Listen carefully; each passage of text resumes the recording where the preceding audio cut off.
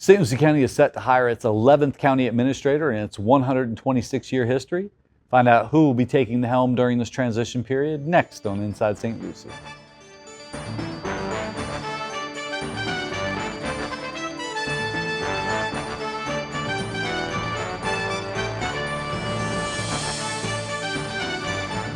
Hello and welcome to this edition of Inside St. Lucie, SLC-TV's monthly government affairs show. I'm your host, Eric Gill, Communications Director for St. Lucie County. On today's show, we're going to talk about county administration with Interim County Administrator Maite Santamaria and St. Lucie County Commission Chair Jamie Fowler. But before we meet our guest, here's some upcoming events and announcements from the Board of County Commissioners. Grab your cowboy boots and jump into line dancing classes every Monday evening from 6:30 to 8 at the Fenn Center located at 2000 Virginia Avenue in Fort Pierce. These classes are designed for ages 18 and older for people of all experience levels. The cost is $10 per session. Walk-ins are welcome as long as space is available. Visit stlucieco.gov/calendar for more details. For the latest updates about all St. Lucie County Commission meetings, workshops, and events, be sure to visit our website at stlucieco.gov and click on our comprehensive calendar. And if you'd like to be added to our press release distribution list, send us an email at pio@stlucieco.gov and we'll be happy to include you. We're also on all the social media channels at St. Lucie Gov, so we hope you'll follow us there. We're going to take a quick break. Before we do, we're going to check in with the latest economic development stats.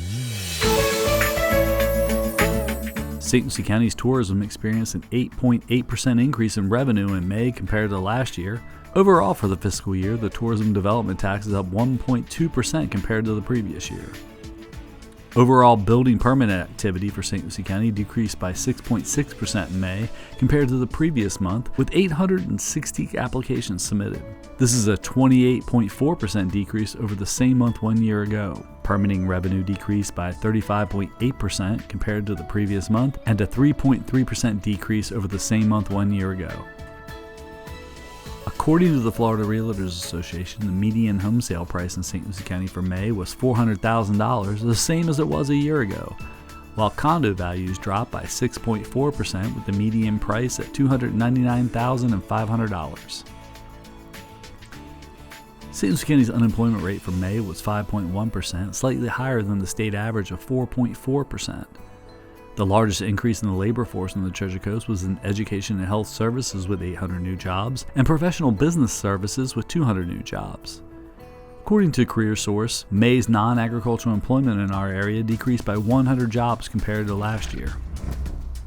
If you work for a local business looking for skilled or trained labor, be sure to contact the staff at CareerSource as they can assist your company with recruitment and training needs. And if you're an individual looking for a job, they can help you as well. Visit CareerSource online at careersourcerc.com or call 1-866-4U-2-HIRE. Welcome back to Inside St. Lucie. I'm your host, Eric Gill, and I'm joined by St. Lucie County Commission Chair Jamie Fowler and Interim or Acting St. Lucie County Administrator Maite Santamaria. Thank you both for joining me on the show. I didn't pay attention to the agenda, even though I was sitting there in the meeting. Is it acting or interim? Interim, okay. And it's as of August 15th. August 15th, when, the middle of the month, when Mr. Landry goes on to follow former county administrator Howard Tipton over to Longboat Key. Yes. Kind of interesting play for you as a county commissioner. I have to go through that process, right?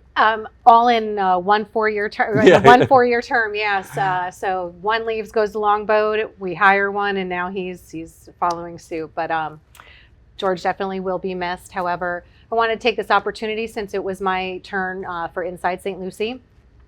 You know, Maite has been with the county, I think, since, correct me if I'm wrong, 2017, 2018. So she's been here decent amount of time, and I just wanted to give us an opportunity to put the spotlight on her, to highlight everything that she's done since she's been here, her past accomplishments, because she really has an amazing professional record.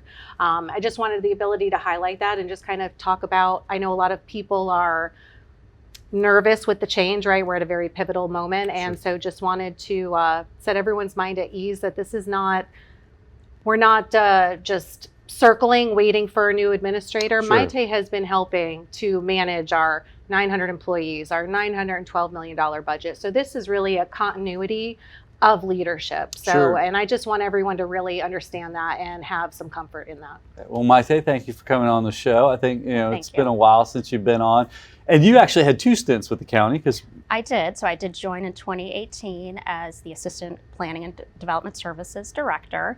And I had the fortunate opportunity of working with planning, building, code, GIS, and managing the Business Navigator at that time. I think it was recently created at that time. So it was a great experience. I was able to interact with, all the different departments and roles that they were doing, where it was really the county was starting to really flourish in terms of interest and development and everything else. So it was an exciting time. yeah.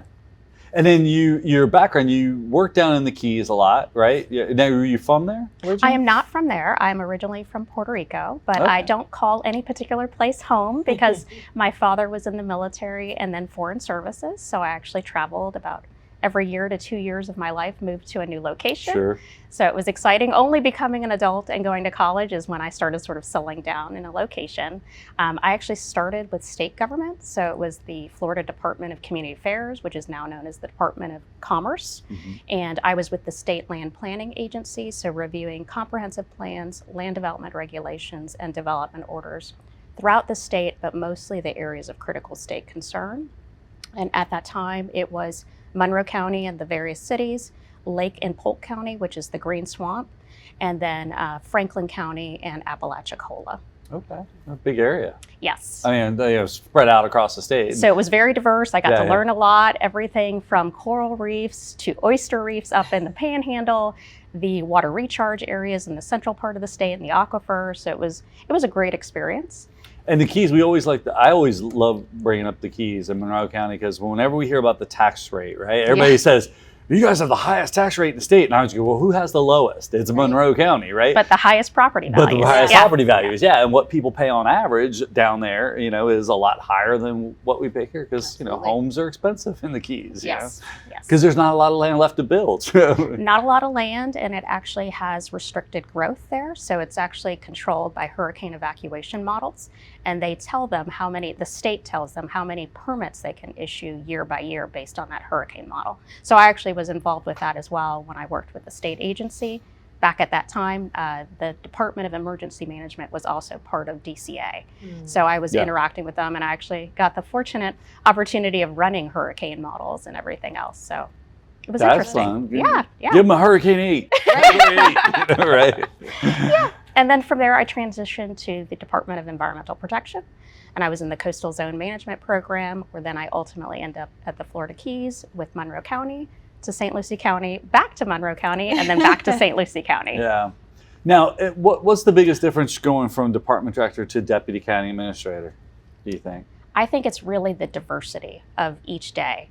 You are a generalist in terms of you have to know a little bit about just about everything, and you never know what the day may bring. It is a sinkhole, it may be a personnel matter, it may be a budgetary issue. Web accessibility issue Exactly. that come in with all the time. Exactly. Yeah. So it's just the diversity and the amount of things that you're involved with and that you get to help facilitate.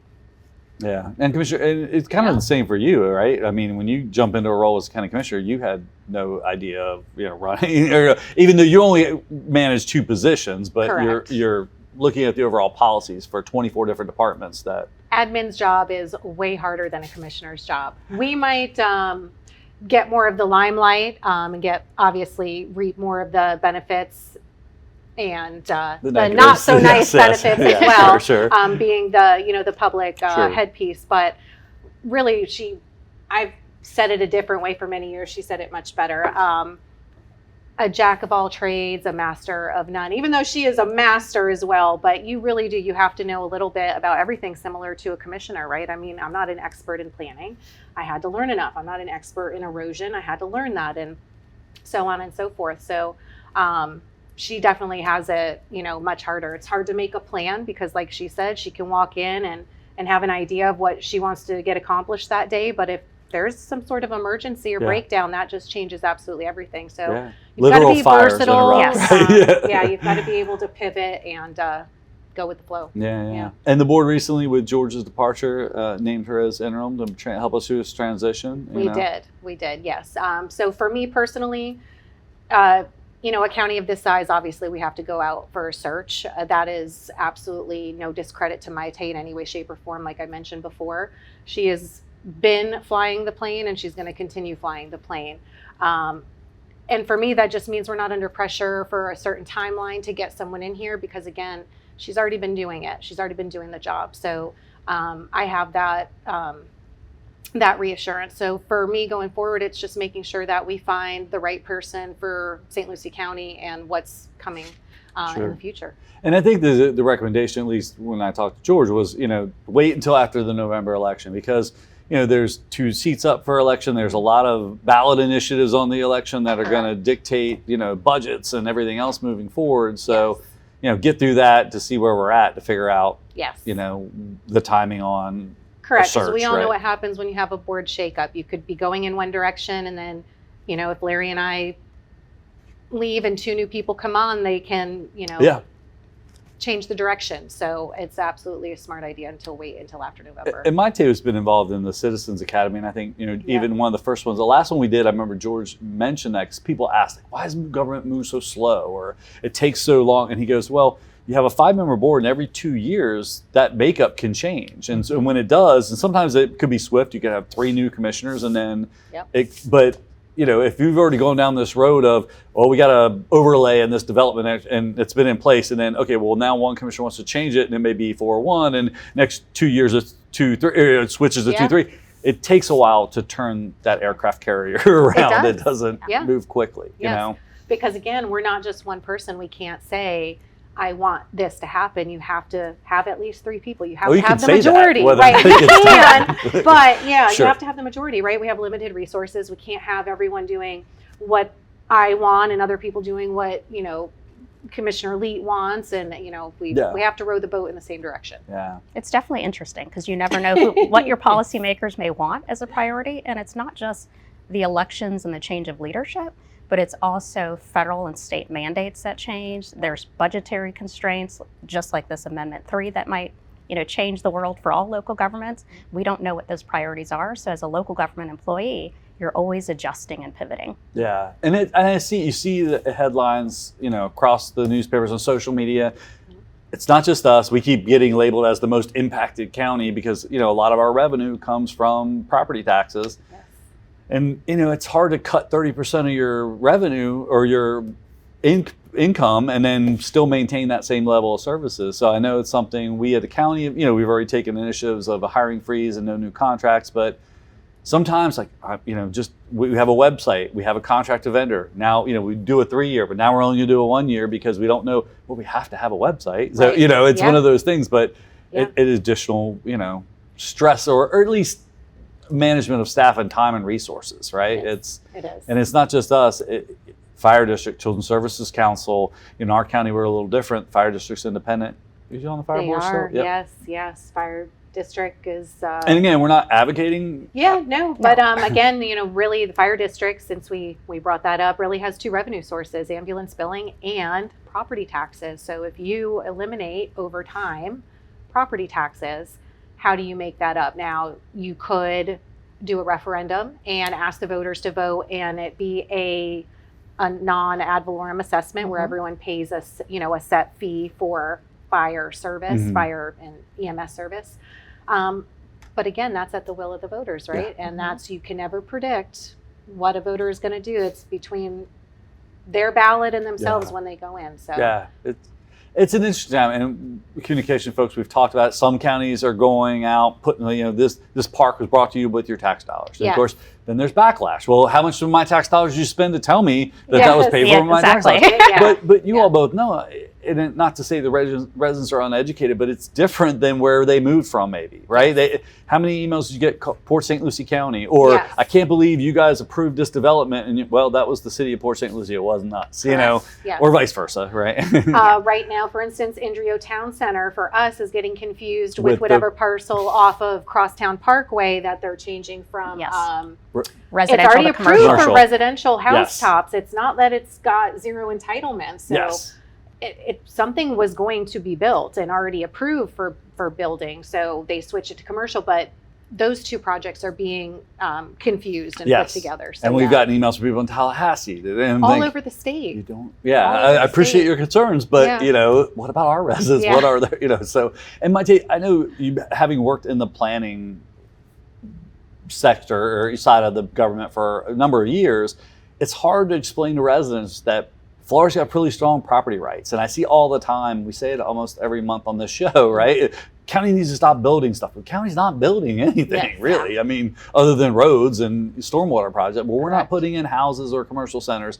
That's Mhm. private businesses. They own that property, right? It is very difficult. I mean, property rights exist. There's existing entitlements both on your future land use and your zoning categories. And people have the expectation that they have some beneficial use to property they own, whatever that may be, if it's single family or an industrial complex. And it's hard for individuals because they may move to an area and say, hey, I love it, but now I don't want any other person to come in here. And that's not really a realistic expectation for people to have. Yeah, I had to tell my Yankee brother-in-law the same thing. He moved into Lakewood Park. I don't want this Buc-ee's. I was like, dude, that ship has sailed. You know, Right. that's already coming. And then the weird thing about that development too is you have so many people that want that, right? Like, you know, and it's one of those things that, okay, it's going to create a lot of gas tax and sales tax and some decent paying jobs from what I've seen, Yes. you know, but it is a massive, you know, Fuel station. yeah, 100 and what, 120? I think it's 120. 17 or 120, yeah. Yeah. But there again, I think the makeup of our county still being unique in the way that it's situated, with the majority of the population being south of Midway Road, those people that are wanting it also are not going to be affected by it. They're not correct? up in And Lakewood so Park where area, it's yeah. going currently, there's very few people that will be affected. There's still a lot of large landowners, very Sure. few There's still a lot of ag around there for now. homeowners up Yeah. in that area. So, right, it makes sense. That's why if they were trying to put a Buc-ee's in down in Port St. Lucie, I'm sure Becker, there would yeah. be Yeah, much sure. more of a mixed. Yeah, But yeah. I agree with you, Eric. It was like a 95% resounding, Yeah. yes, we want Yes, Buc-ee's. give me my Bring brisket sandwich. Buc-ee's. Yeah, it's weird. Yeah, yeah. So But, we yeah. want what we want, right? Yeah. So, well, Maite, looking forward, what are some objectives you have? Obviously, follow board direction and policy, Of but course, you know, it's following whatever the policy direction is. It's sort of maintaining consistency as we go through this transition period. It's adjusting to whatever budgetary constraints we may have in terms of planning for this budget and planning for future budgets, since we don't know what the future may hold.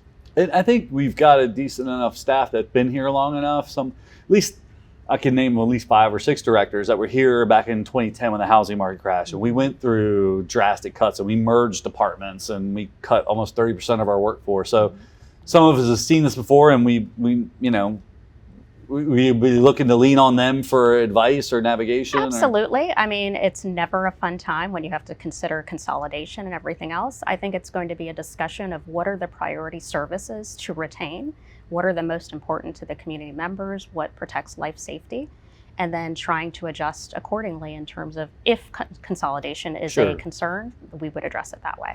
Yeah, and I have to couch it because I don't want to make it sound like, you know, you hear a lot of feedback, right? Oh, you guys are just making empty threats. And no, we've been here before. We've had to do this, and it's unpleasant to have to reduce hours of service at libraries or pools, but even when we last few summers we've been at full service and still had trouble hiring staff, Yes, hiring yes. part-time staff to keep those hours. Yeah. So It's still difficult to compete with the private market. I mean, people expected benefits usually when they went to a government role. That's also declining across the board, not necessarily at St. Lucie County, Sure. but across the board. So it's hard to compete when you can go potentially to a Buc-ee's, let's say, or somewhere else, sure. and make a higher wage. $125 to be a gas station manager Yeah. or car wash Yeah. manager, you know. Yeah, that's Shouldn't true. plug them. I don't want to lose more employees to Right. the bucket. No, I so- mean, but we have to be responsive to the market, Yeah. but we also have to be, good stewards of public dollars. We have to maintain that public trust. So it's a balancing act of what can you afford to spend, but how do you also retain the talent that you have? Yeah, and I'm sure you all get feedback from the residents all the time, right? And Absolutely.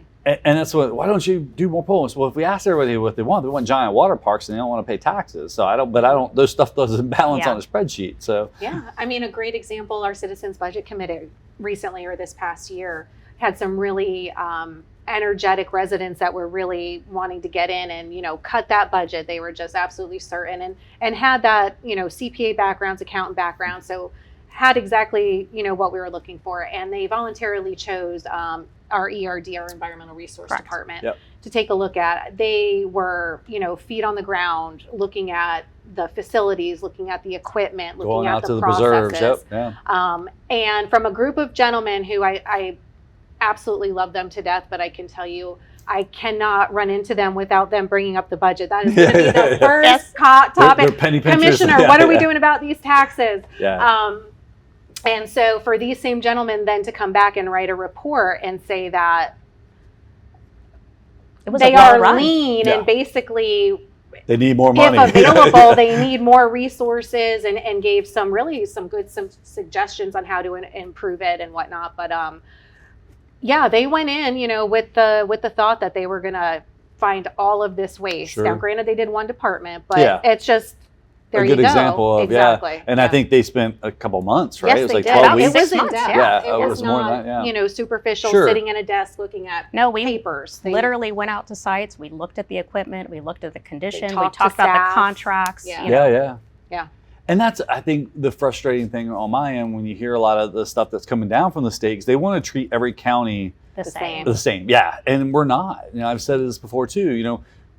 We have a radiological team because we have a nuclear power plant. Not every county does. So they may not need you. It's not always apples and apples. I've even had other, newer deputy administrators, county administrators. Well, your comms department has this many people. This one has, less or more. Okay, well, they also don't respond, to handle public records requests, or the website's under IT and not communications. Right. And so Yeah. it's not always, Each one's unique, and Yeah. each community is unique. You don't know what those residents are prioritizing in their community. Yeah. So when, the CFO comes down and throws up numbers and starts, you're like, well, wait a second, some of those, show us the math, Yes. behind the numbers. So, Exactly. but, Exactly. yeah. One of the things too, and I think maybe moving forward, it might be when we touched on it this budget year, because it's something I've over the last 2 years started to really point out is we talk about how we have now at this point a $912 million budget. I think it was maybe $715 when I came on. That makes it sound like we have a lot of money. It does. Yeah. But one thing that I've learned is in government accounting, it's a little wonky. And so part of that $912 million, over $300 million of that is in what we anticipate our fund balances being For our cash flow and for emergencies. for Yeah. our cash flow, for our emergencies at the next, at the beginning of the next Correct. budget cycle. Intergovernmental transfers. So you move money from your savings account into your checking account. In government accounting, you have to count that as income twice. Well, it's not. You didn't get that Yeah. twice. You moved it from one account to another. Sure. But there you go. That is government accounting. yeah. And so in reality, our budget is closer to about 615 And even then, a lot of million. it's restricted in its use. Whether Sure. it's It's not just impact open. fees, Tourist development tourist tax that has to go. development, Yeah. you name it, MSTUs, Road gas tax. yes, yeah, absolutely. Yeah. So, And it is hard. As I've even seen, people on social media, oh, my tax dollars pay for the stadium. No, they don't. That's the bed tax, Yeah. that pays for that. Unless you're staying in a hotel for the weekend here, Exactly. we encourage you to do if you want Yeah. to staycation, but there's We some like good that. deals through tourism right now, right? The Yeah. locals only, but, Yeah. but for the most part, that's kind of a and in the golf course, right? That's almost like an enterprise fund, the Yes. landfill, building Enterprise, department, which correct. you're familiar with, right? Yeah. Those impact the building permit fees pay for the staff and the time to process those. And we Yes. can't take those funds and use it for something else. Yeah, So- no, I've tried. yeah. You guys tell me no all the time. Like, Charlotte's Lot got of- money. Can I have her money? Right? Lots of strings. Yes, Lots of strings yes. attached. Yeah. Yeah. And so, and again, I think that's where the Citizen Academy at least helps. I mean, I know Yes. you went through that. I and- loved it. It was great. I think it's a great program, and the Citizens Budget Committee, Yes. that's a good resource for everybody, and the educational materials that we propose. I think that's great for people to have an education of the basics. Yeah, but it takes you gotta want the knowledge. It's there if you want it. You Yes. gotta come out and get it. We're happy to Exactly. share it. But, Yeah. and Yeah. sometimes it gets misconstrued. When we tell people, well, that's not us, that's the city. Oh, you're just passing the buck. No, we're just trying to get you to the right people. We can't fix the roads inside city limits. Exactly. We can partner with the city, and we have, especially with the half-cent sales tax. That's a great That's example. been Yep. we'll try to coordinate projects like the Prima Vista Yes. resurfacing and widen, we didn't rewiden Floresta and Prima Floresta. Vista, all that, yeah. Yeah, so we're not Yeah. doing projects. We finish a project and then they start, or vice versa. Yes. We try to do at least at the staff level as best we can. So Absolutely. Well, Commissioner, anything else you want to mention going into kind of the not quite fiscal year, but we're I getting know there in September. But we're preparing for I feel it. like I feel like the fiscal year is already over. It's summer's It's coming gone. to an end. Yeah. So, I would just say we're in the height of hurricane season. Yes. So hopefully everyone has been ready to go. Hopefully it stays quiet, and school's back in session. So I know. everyone keep your eyes on the road, stay alert. There's kids out there on bikes, on Yes. e-bikes. and I was going to say the scooters, and e-bikes is an issue that's Their coming heads up. are down on the phones Yes. with earbuds in. Mhm. So stay alert out there. Are you following me? I I'm not on the bikes though. am. But I do have my but- headphones in usually. Yeah, I know. I hear you. I can't run without headphones. so. Yeah, exactly. I need music. Maite, anything for you? No, just moving thank you in? for having me, and I enjoy, getting the opportunity to work for St. Lucie County. Yeah, don't we? I mean, me too. It is something I know I've mentioned this before on the show. I think 87% of our employees live in this county. Mhm. So when I get offended, the county doesn't care. Like, no, we do. Like, my kids grew up, went to school here. They Yeah. played soccer on those fields. We hiked those preserves. We went story time with Miss Judy at the Lakewood Park Library. Yeah. So they're not just Mm-mm. we're not just employees. We live here too. That's Most right. of us. So Live here, especially you and pay you know. taxes, all Yeah. the things. Yeah, Yes, exactly. Yes, All right. Well, thank you guys for Thanks, coming Eric. we appreciate it. on. All right. Thanks, Well, Maite. don't go anywhere. We're going to take a quick break. Before we do, we're going to check in with some more public works projects. St. Lucie County residents continue to benefit from the 2018 voter-approved half-cent sales tax initiative. Repairs to 2 Shin Road bridges over 10 Mile Creek and C-24 Canal were recently completed. Repairs to the bridge deck and guardrails, installation of pile jackets, and replacing the existing bank stabilization material with rubble riprap help maximize their safety and service life. Grouping these 2 projects together allowed the county to repair both bridges in an efficient manner. The local Citizens Oversight Committee ensures money is spent only on approved road, sidewalk, and water quality projects. Over $10 million have come from non-St. Lucie County residents. For more information, visit slchalfcent.org. We hope you've enjoyed this edition of Inside St. Lucie, and we hope you'll tune in again next month. If you have topics or subjects you'd like to see covered here on the program related to St. Lucie County government, give us a call at 772-462-1791 or send us an email at pio@stlucieco.gov. And if you'd like to see previously aired episodes of this or other SLC TV programs, visit our YouTube channel at youtube.com/stluciegov. I'm your host, Eric Gill. For myself and the staff, thanks for watching.